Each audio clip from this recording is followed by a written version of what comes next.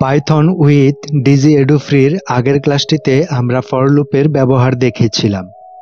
For লুপে বলে দিতে হয় এই লুপ কতবার এক্সিকিউট হবে, কিন্তু যেখানে লুপ কতবার এক্সিকিউট হবে তা জানা থাকে না, বরং একটি শর্ত দেওয়া থাকে এবং এই শর্ত যতক্ষণ ট্রু থাকবে ততক্ষণ লুপ চলতে থাকবে। এমন ক্ষেত্রগুলোতে হোয়াইল লুপ ব্যবহার করা হয়।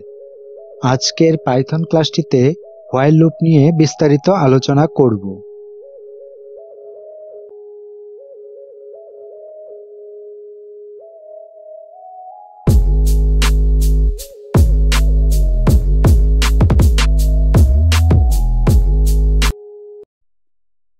হোয়াইল লুপ ব্যবহার করার জন্য যে সিনট্যাক্সটি ফলো করতে হবে তা তোমরা স্ক্রিনে দেখতে পাচ্ছ। একটি উদাহরণ দিয়ে হোয়াইল লুপ দেখে নিই।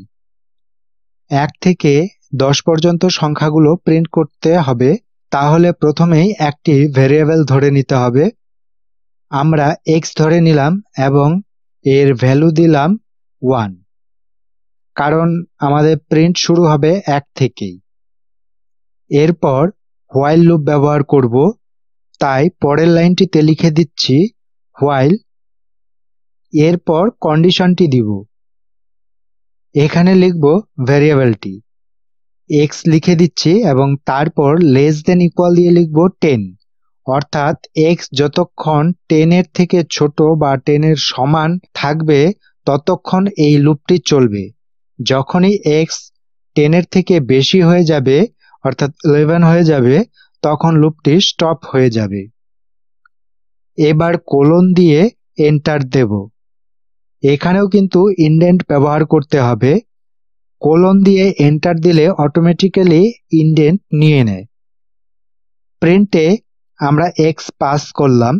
এখন প্রোগ্রামটি যদি সেভ করে রান করি তবে 1 ইনফিনিটি সময় প্রিন্ট হবে, কারণ x এর ভ্যালু 1, তাই প্রথমে 1 প্রিন্ট হবে।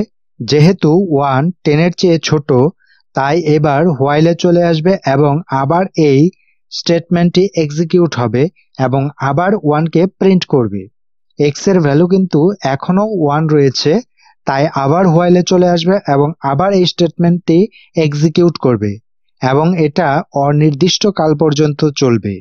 এটিকে স্টপ করার জন্য আমাদের x এর ভ্যালুকে বাড়াতে হবে এবং সেই জন্য প্রিন্টের পর লিখে দিব x equal to x plus 1, বা তোমরা চাইলে এইভাবেও লিখতে পারো x প্লাস ইকুয়াল 1। এখানে এই লাইন লেখার সময় ইনডেন্ট অবশ্যই ব্যবহার করবে। যদি ইনডেন্ট ব্যবহার না করো তবে এই লাইনটিকে লুপের অংশ ধরবে না, এর ফলে প্রোগ্রামটি আগের মতোই অনির্দিষ্টকাল চলতে থাকবে। এখন আমরা প্রোগ্রামটিকে আরেকবার সেভ করে রান করছি, তাহলে দেখতে পাচ্ছ 1 থেকে 10 পর্যন্ত প্রিন্ট হয়ে গিয়েছে। আশা করি হোয়াইল লুপটি তোমরা বুঝতে পেরেছো। আগের দিন তোমাদের একটি হোম টাস্ক দেওয়া ছিল, সেখানে বলা ছিল 3 into 1 equal to 3, 3 into 2 equal to 6, এইভাবে প্রিন্ট করতে 3 into 10 equal 30 পর্যন্ত। এই কাজটির সলিউশন আমরা এই ভিডিওতে দেখে নিচ্ছি। প্রথমে আমরা এটিকে ফর লুপ দিয়ে করে নেব এবং তারপর হোয়াইল লুপ দিয়ে করব। ফর লুপ দিয়ে করার জন্য আমরা প্রথমেই লিখে নিচ্ছি ফর I in range। আমরা রেঞ্জের মধ্যে নিয়ে নেব 1 to 11।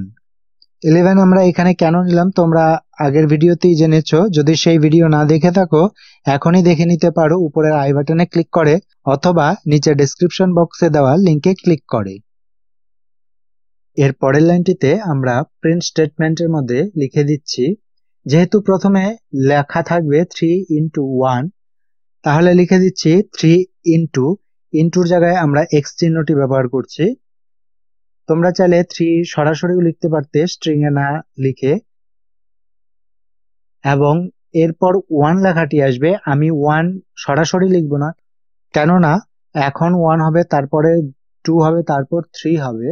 তাহলে এখানে আমরা পাস করে দেব i এবং কমা দিয়ে তারপর আমরা আবার ইনভার্টেড কমার মধ্যে ইকুয়াল চিহ্নটি দিয়ে দিচ্ছি এবং তারপর আবার কমা দিয়ে 1 × 3 করে দিচ্ছি।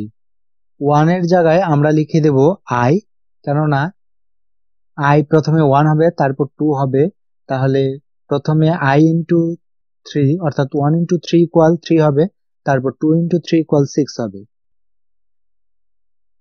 এখন প্রোগ্রামটিকে সেভ করে রান করলে আমরা কাঙ্ক্ষিত রেজাল্ট পেয়ে যাব।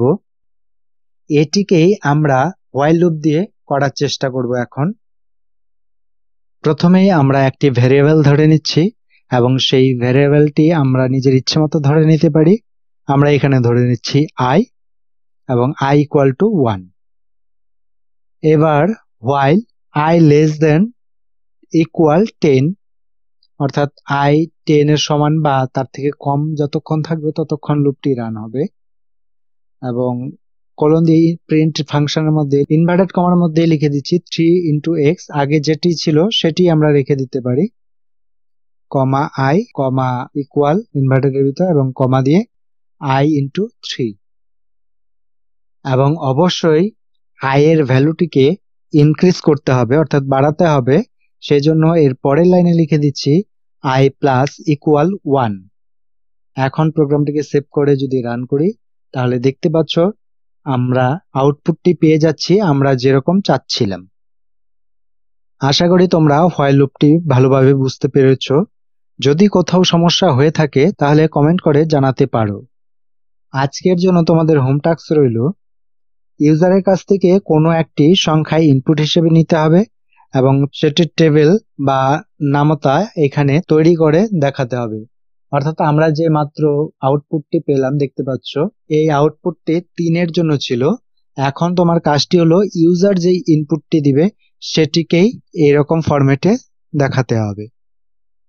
ভিডিওটি যদি তোমাদের ভালো লেগে থাকে এবং এর থেকে কোনো উপকৃত হও তাহলে অবশ্যই লাইক করে দিবে এবং ভিডিওটি বন্ধুদের মাঝখানে শেয়ার করে দিতে ভুলো না। চ্যানেলে নতুন হলে চ্যানেলটিকে সাবস্ক্রাইব করে নাও। আমাকে ফলো করতে পারো ফেসবুক এবং ইনস্টাগ্রামেও, ডেসক্রিপশন বক্সে লিংক পেয়ে যাবে। এর পরের ভিডিওতে আমরা দেখব ব্রেক স্টেটমেন্টের ব্যবহার।